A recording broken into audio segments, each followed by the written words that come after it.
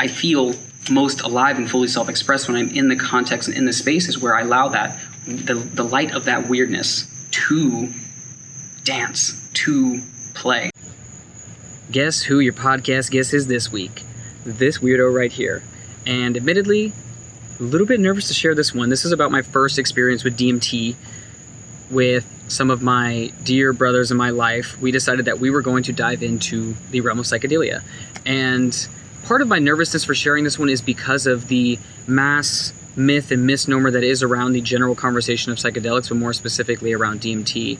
And what I found through my experience in being with my brothers in a beautiful and intentional space was an incredible amount of healing, especially for me inside of the context of self-love. I know without a doubt that if you listen to this with an open heart and open mind, that you will walk away with something that will at the very least strike you as very curious, and at the very most could propel you into the next edition and rendition of your life. Big love and hope you enjoy.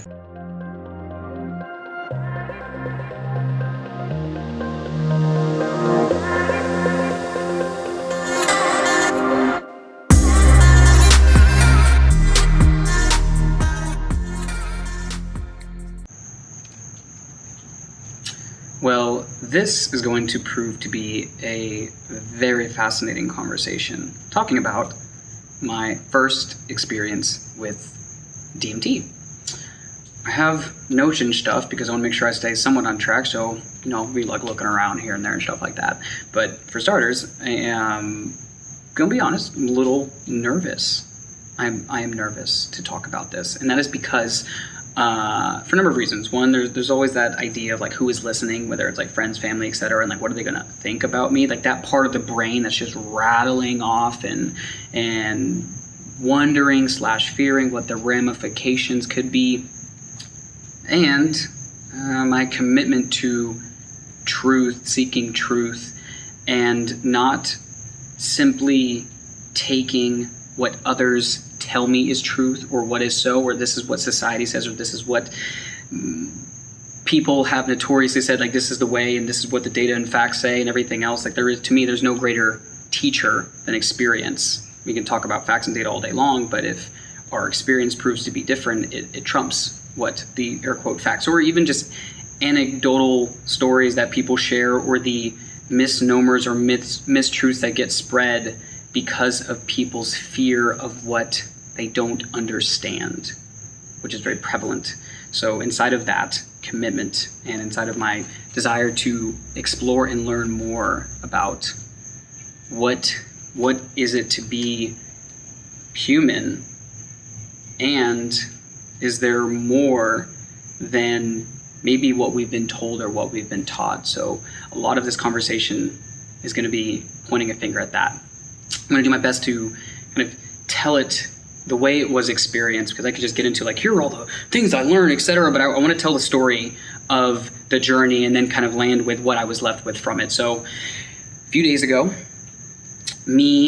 actually for a couple of weeks now, me and some very dear beings in my life have explored the idea of, hey, what if we were to get together and do an intentional DMT experience, which even the idea of it seemed a little bit funny, because what I had notoriously heard and what had been fed to me is like, oh, DMT is just a gateway drug, and it's just all about blasting off and getting high and everything. And I couldn't help but just be curious about what actually was so, because I had spoken to people who had experiences, and what they would describe was, although yes, there was this visionary component to it, that when done with intention, it was even more powerful than what was being said or being displayed, which we also have to welcome that I am outside, so we might be getting some ee-roo and some airplanes and some everything else. So if you hear it, welcome to this podcast, conversation, reflection, whatever we want to call it. So that was, for starters, mistruths, misnomers, and all of that, diving into that. So we set the intention, and we said we're going to do it on a day. We wanted to create a whole day experience out of it. So the day itself started with just eating some healthy food, getting some sunlight, just really taking time to ground into our experience. And then a couple of us went to a local springs, Green Springs, did some barefoot walking, hopped in the sulfuric smelling water that was there. It was very earthing, very grounding, very cleansing. And I think that it was even more helpful in the process, and I think that we thought, because it was preparing, all this was preparation for the actual experience, because in the totality of a journey, there's the preparation, there's the before bit, there's the actual experience itself, and then there's the after, the integration or the reflection. And this is in the integration and reflection I'm sharing. I'm reflecting back on what was distilled through that process. So we spent time at the springs, we grounded in, we came back, and once we all assembled at our meeting spot, we just kind of like set the space. We decided that we wanted to drop in first by doing some guided yoga and breath work, and really coming into our bodies and setting our intention through reconnecting with our bodies and making sure that we are aligned in our bodies. So we grounded in, and as we started to set the space, putting on this kind of like earthy, chanty, just kind of like spiritual, earthy type music, we started to light some candles, dim the lights. Again, really intentional in the way that we set the space. It wasn't just, let's just go in, do this thing, and move on with our lives. We really made a point to slow down. So we were setting the space. And before we decided to enter the ceremony, we took time to clear anything, and clearing being really speaking to anything that was in our space. And for a lot of us, there was anxiety, there was some worry, because some of us had experiences, and some of them were really powerful and felt really good, and some of them were like a little challenging, to be honest, from what they had shared. And some of us had less experience. And then there was me, who had no experience. Although this was my first experience, it wasn't my first time I had tried. I had tried a couple other times, but just the way it was done, the setting and all of that wasn't right, wasn't done with the same amount of intention. So honestly, nothing came out of it. That's why I think that this experience was as different and as potent as it was, which I'll kind of point out, what that ended up looking like. But we spoke to the anxiety, we spoke to the concern, we spoke to the fearful parts of us, and myself in particular. Inside of this clearing, I spoke to the fact that the past couple of weeks for me have been very challenging for a number of reasons. One being reconnecting with somebody with whom I had a former relationship with, and kind of going through almost like a re-grieving process of kind of like feeling the loss and the entanglement, the energetic entanglement between me and this person, like feeling that. And then this past week, hearing that someone very, very, very, very important from my childhood and into like my younger adult years passed away very, very out of nowhere. And we've been in the grieving process of that. And very shortly here, I'll be flying out to Texas to be saying my final goodbyes to my grandfather, who's also transitioning. So it's been a heavy period of grief, a lot of reflection, a lot of doing my best to lean into my experience versus pulling back and disassociating and creating distance from me and my experience so as to avoid feeling the feelings. And it's not something I do consciously. It was a pattern of behavior that I developed in response to trauma as a child. So in this clearing, it was really about saying like, hey, like this is what I'm coming with, and I want to presence it. And I simultaneously also want to presence that there is a part of me I'm very clear about, and kind of pours into my intention, that I realize has been anxiously searching for and seeking a romantic partnership. Just like looking, constantly looking. Even when I know consciously, like that's not the place to be coming from, right? This need or this feeling of wantingness. And knowing that if I am seeking heavily something outside of myself, then it's likely a reflection of something within me that I'm not giving myself. It's not being nurtured. I think of it in terms of like eating nourishing food. If we're not feeding and nourishing ourselves, then we unwittingly and unconsciously put that expectations on others. We go into relationships needing something from that person, and when those needs aren't met, it ends up becoming a point of friction or like butting heads. And it can be all happening at an unconscious and subconscious level. We think, oh, like at this surface level, like we're just having like little tiffs, but deep down it's because there was this foundation of coming needing something and also not communicating and articulating it. So for me, knowing that I'm anxiously seeking this relationship, I wanted to come to this space and really allow myself to drop into whatever awareness I needed to have to reveal the thing or things or the information that I needed to come back home to me, to give myself what I need. Because so long as I'm searching out there, it'll never be enough to quench that internal thirst that exists. So I brought that to the space. I said, I want to acknowledge that, I want to presence that, and I want to hold space for allowing the answer to what it is I need to give myself to be revealed. So in our clearing, setting out and laying out all the things that have been weighing for us, it then created the space for the intentions, which, as I pointed out, it was getting present to what it is that I need to give myself, to nourish myself, and then also simultaneously with being able to connect the head and the heart. I spent so much time just anxious, overthinking, all up in my headspace, disconnected from the heart. So unifying, bringing together, and allowing them to communicate more clearly was an intention, and really being able to access more of that intuition or higher realm of consciousness, if you will. Because if we think about it from, say, like a yogic context or a chakric context, we talk about, like our lower chakras being more of our earthly chakras, and our heart chakra, so like lower three, more of like our grounding earth root, versus the heart being the union. Actually, we should go to the uppers first, then the upper three chakras, right? So throat, third eye, crown being more of the like upper heavenly chakras, if you will, and the heart being the unifying space being between them. Well, I spent a lot of time in grounding, earthy, here energy. And sometimes I just felt so disconnected from that intuition or this experience of being connected to something that was larger than myself, or at least that lowercase s self versus the capital S self, which it knows, it intuitively, instinctually, inherently knows. And we might have moments of remembrance where it's like, oh yeah,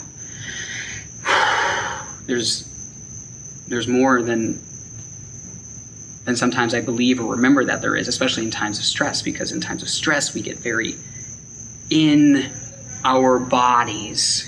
We become very of our earth, and not that that's bad, but that it can disconnect us from that deeper knowing. So unifying the heavens and the earth and allowing myself to bear witness to what it is that I needed to give myself. So we set our intentions, and when it came time to start the ceremony, someone asked, who wants to go first? And you could kind of have this, like, almost like feel this, like, who's going to be the first one? Which one of you is going to step up to the plate? And no one answered at first. And me being the, all right, let's get it, that I could be sometimes, I was like, let's go for it. Like, I'm nervous, but let's go for it. It's got to happen. So I had my first experience. I think this is where more of the notes will come in, so I can make sure I stay somewhat on track.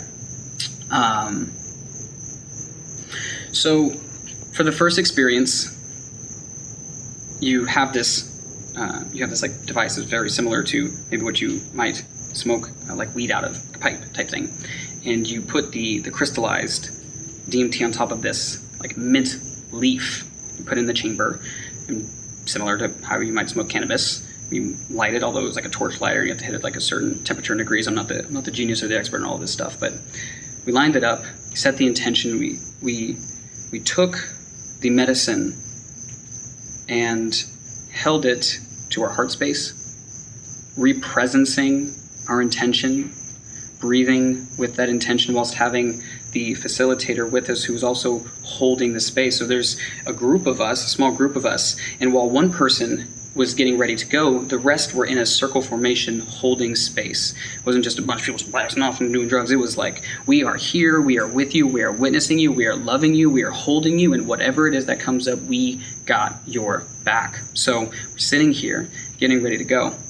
And then you start to take the drags, you start to take the inhales, and then once you've gotten what you believe to be the amount that you're looking for, which is measured out and scaled out to make sure that it's not too much and not too little. There's a minimum effective dose, the amount that you need to take in order to elicit the response that you're looking for. So line that up, and then you breathe it in and you hold, and you're breathing in and holding your intention as well.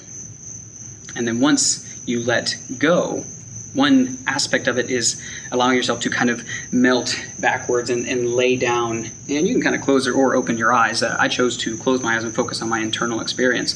And during my first experience, I was starting to have some light visuals. And this is the part that's a little more challenging to capture with words. It's an experience. An experience is an experience. Words seek to describe an experience. There's a distance. They are ever so slightly removed.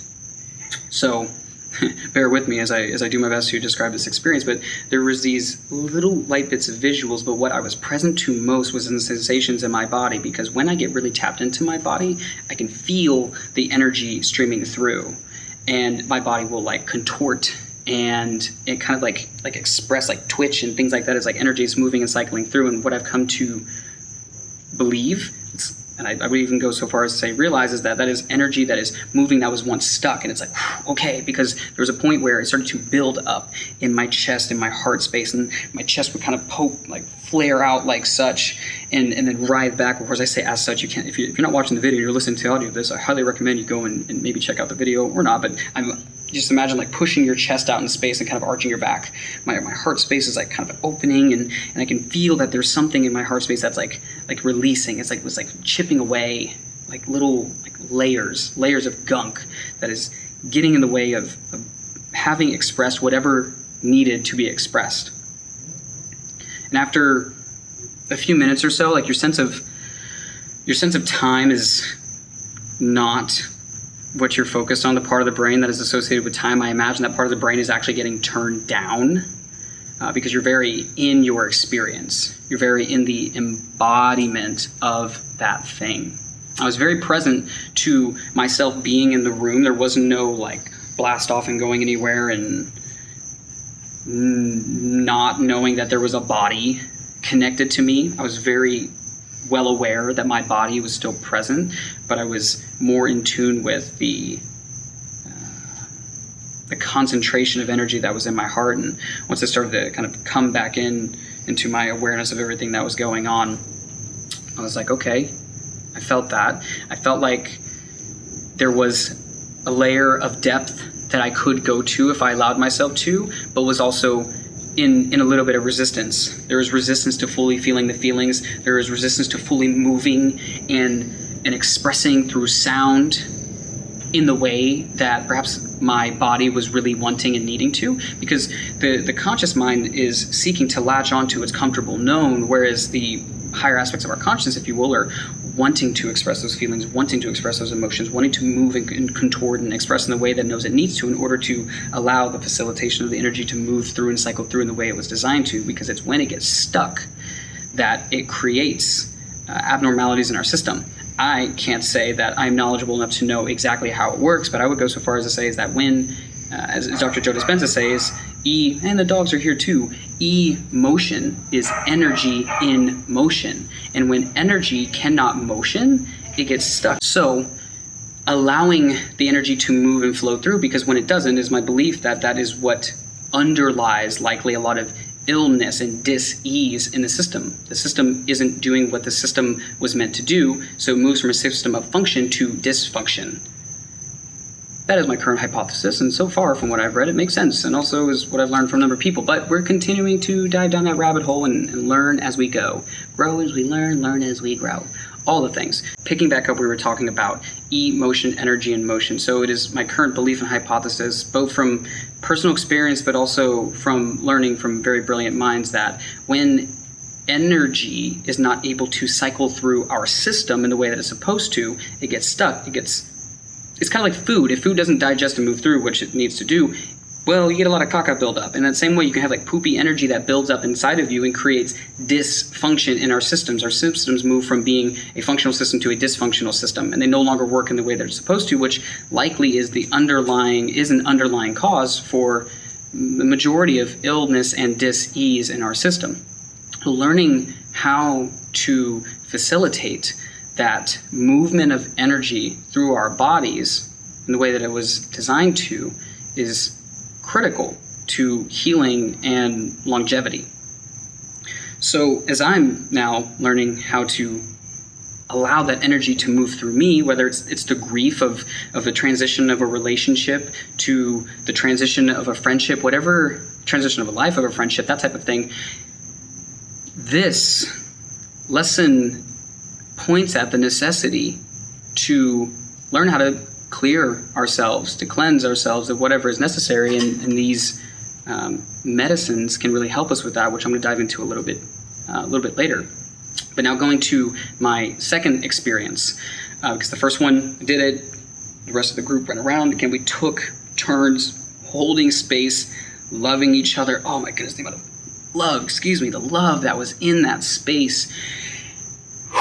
There was so much laughter and lightheartedness and proximity, this closeness, that when I think about like what I'd heard about like DMT and substances alike, you think like, oh, I'm just going to like a music festival and just like blasting off and getting weird and just doing it for the sake of doing it. But there was just a relentless amount of intention in a way that we loved and supported each other, which I think is why we all had very powerful experiences. And especially moving now into like my second one and how that ended up being even more powerful. So second round, similar process in terms of putting in the amount of DMT you're looking for, putting it over the leaf, lighting it, inhaling it, except my intention was to allow myself to go deeper and still represence myself more to what is it that I need to give myself? What is it that I need to love within myself more? So went through the process, I inhaled, held it, that's not a word, held it, squeeze, yeah. Big exhale. And as I allowed myself to lay backwards, similar in the first experience, and then I was still aware of my surroundings, except the visuals were far more detailed, but at the same time made absolutely no sense. And this is where, again, it's a little challenging to describe with words, and actually I ended up recording the audio of the experience and went back and listened to it and took some quotes from what I heard myself say when I was in that experience, because again, it's really challenging to describe something that is so outside of what our brain normally would look at. I mean, if you want to look at something that is just about there, if not there, and probably is there, actually I'm just going to say it is there, go check out Alex Gray. His art is out of this world, or really just of this world. But if you want to get an idea of what the palace can look like, go check out Alex Gray's work. But as I'm in this experience, I start having these visuals that were reminiscent of the movie Everything Everywhere All at Once, which also, if you have not seen that movie, 10 out of 10 recommend. It is absolutely, just this lighting here quite a little bit. It's all this saturation. That's probably a little bit better. Hello, plane. Welcome to the party. This movie was wild. And also, I would go so far as to say there's something to it. But there's one point in the movie where these people have these fingers, these weird sausagey fingers, and in my experience I see these like geometric shapes, figure people lookalikes doing all of this weird expression like in my face. And as I'm like in it, breathing into it. These are some of the things that like were said audibly while I was in my experience. Fuck, there is so much weird. The visuals are so fucking weird. And I paused. I said, that's me. I am that fucking weirdness.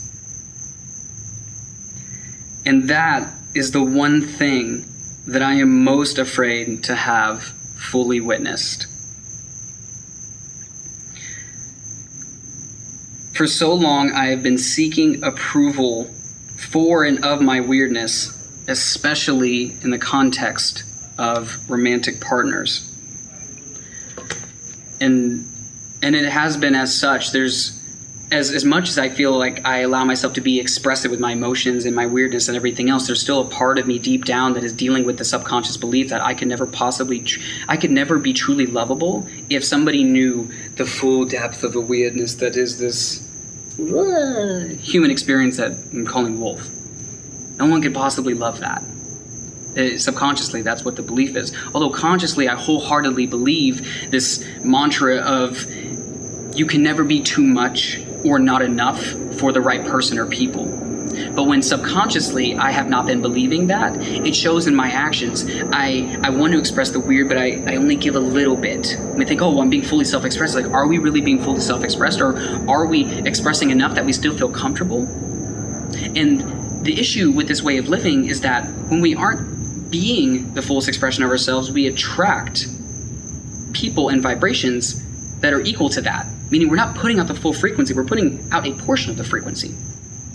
And when we don't give, when I haven't given myself the space to be that weird, to be that energy, well, it makes sense that when I look out into the world, or I look at a woman who I think is absolutely stunning, when I made the connection, I was like, holy crap, the people that I've been most interested in are the weirdos. They're the ones who just express and they laugh and they giggle and they emote and they play, because deep down there's a part of me that's like, that's me too.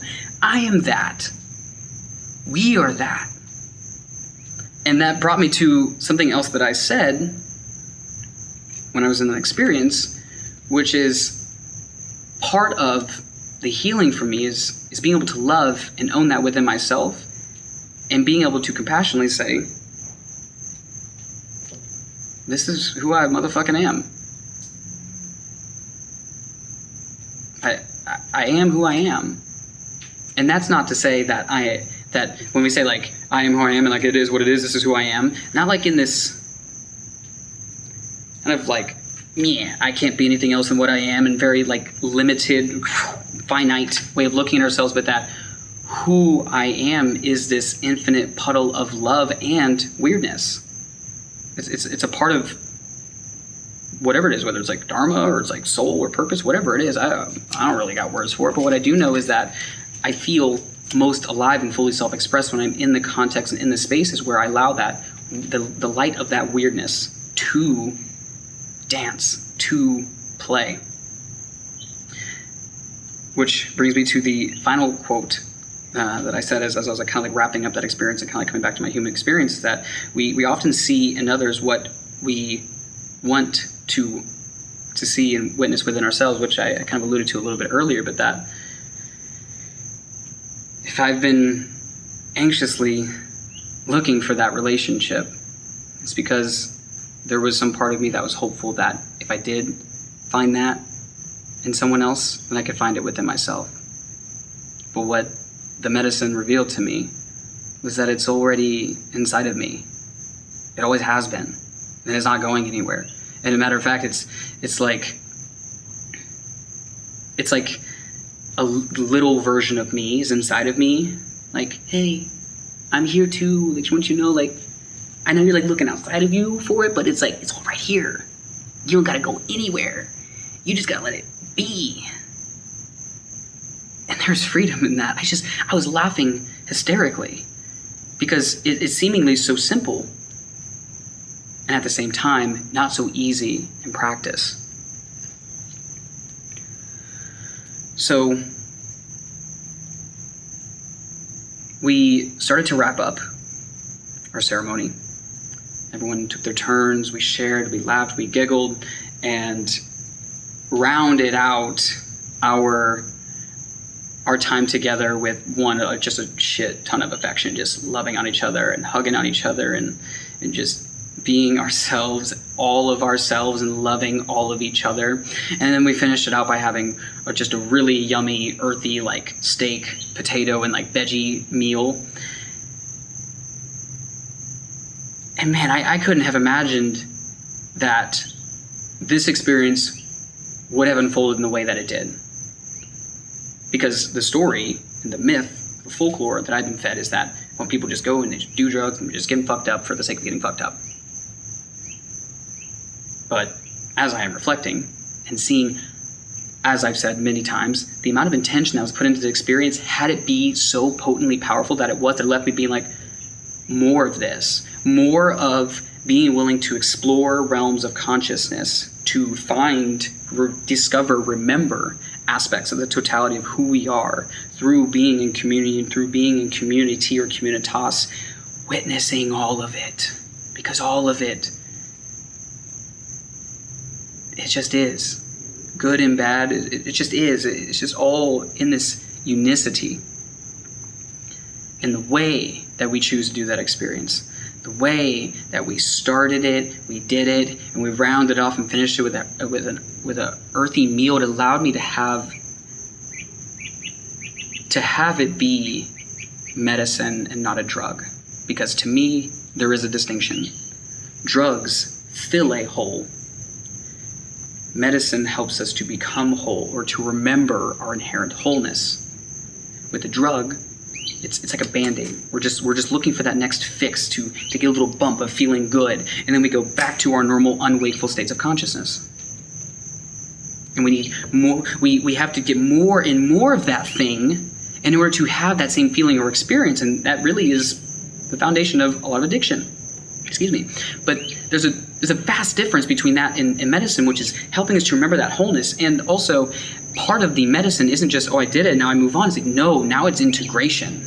Now it's, how do I take this insight and put it into action? Because there is no such thing as breakthrough without action. And insight is a thought, an idea, an epiphany. Where it really becomes a breakthrough is when we apply action and create some kind of new result in our experience.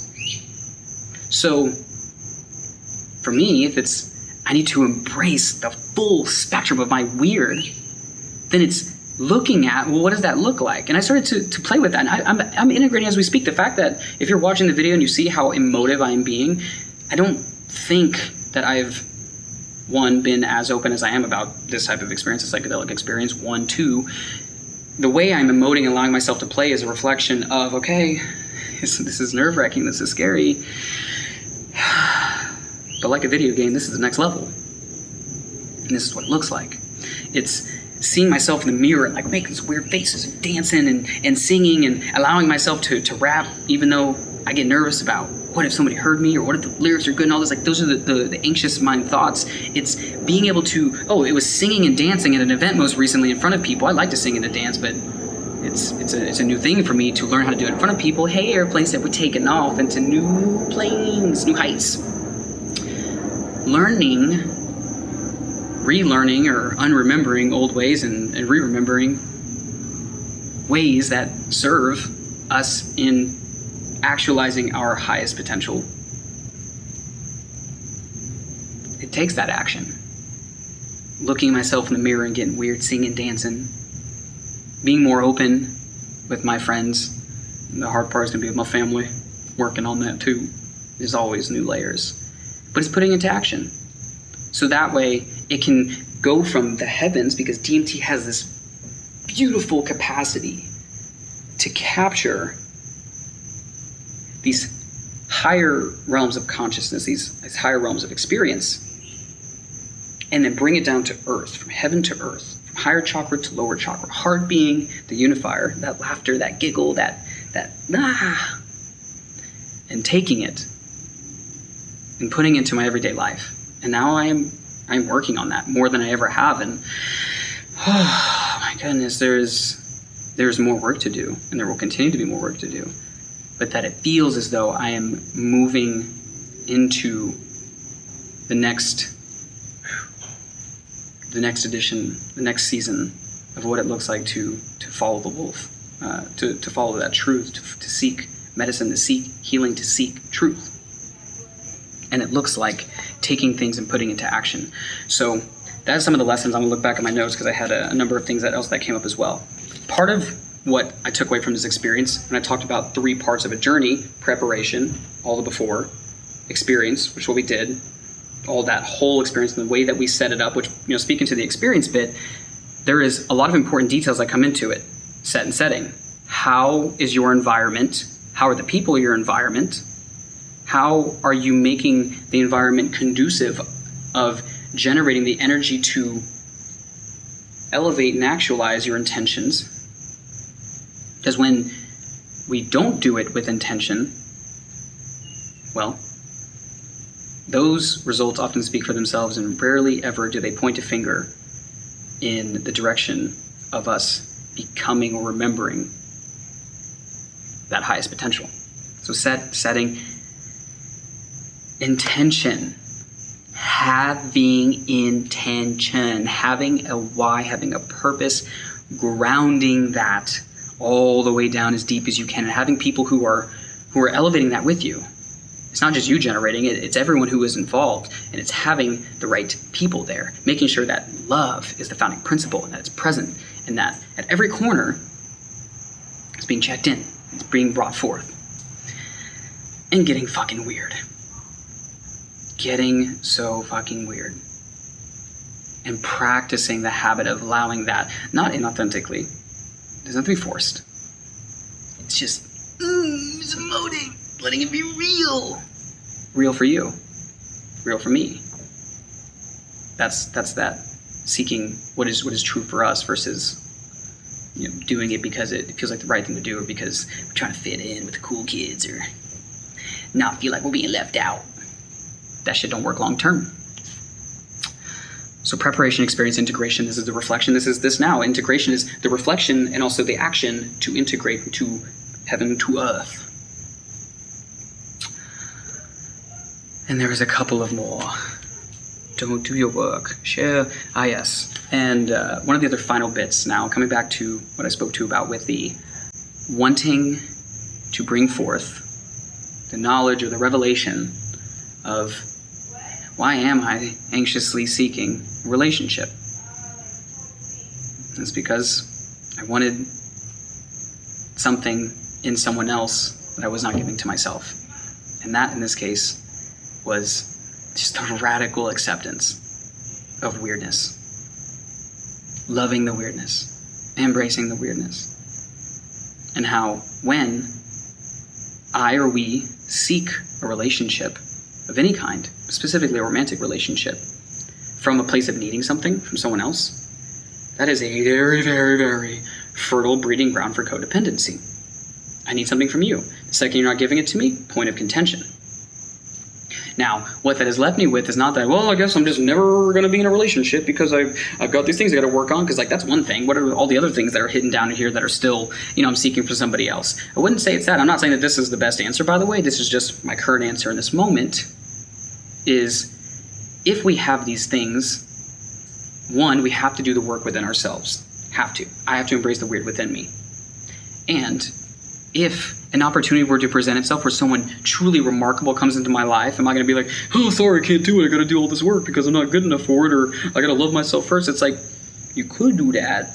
Or there's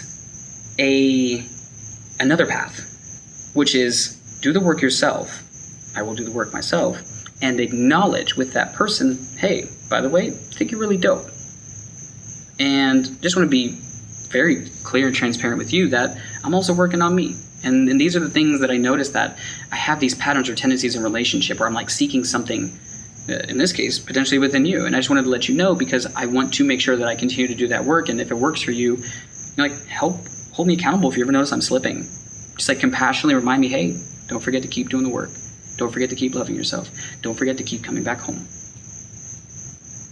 Because then it goes from being a codependency to an interdependency, a healthier form of relatedness where we can support one another whilst also doing our own thing. We're still filling our cup without needing the other person to fill our cup to feel good about ourselves. It's all of it. At least that's my current thought. So, sharing the awareness, enrolling the support, but above all else, always comes back to this person right here. And for me, if I got nothing else from my first DMT experience, it is that it's the first gnosis in my brain, the knowing of all of me as I am, and all of my weirdness is loved. It just is. There doesn't need to be because it just is. And I will continue to find ways to remind myself that little inner child or whatever part of me is still, there's the conscious mind and then that subconscious mind, actually having them align where I can say, yes, I know it's okay to be weird. And having the body know, yeah, guess what? This is who we fucking are. And it's all good. Now, having said all that, as I continue to integrate that, I want to be very clear that this is not a way of me encouraging or telling people, you should go and do this experience. Not saying that. I won't say that. I don't think that these medicines are for everybody. It is not my intention to sell anybody on it. I think that the only reason to ever do it is because you feel called. Like there's something within you that's like, ring, ring, ring, hello, hey, it's time. Like there's a deep resonance for it. Because at the end of the day, what works for me might not work for you, and what works for you might not work for me. And that's the part of seeking that truth within us that is going to reveal, man, these flies, they're all flying up in my face. Seeking what is true for us. So I'm going to embrace my weird. I'm going to keep doing me and keep learning and growing. And my encouragement to you is embrace your weird too. Because all of you is loved. And there are people, I promise, who will love you in all of it. And continue to seek your truth and to find your medicine. Because that is where we reunite, reconnect with all of us, and we come back home. I love you so much. Sending you so much love for your journey and your remembrance too. Peace. Thanks for tuning in. Please subscribe and share this with your people. Big love, fam.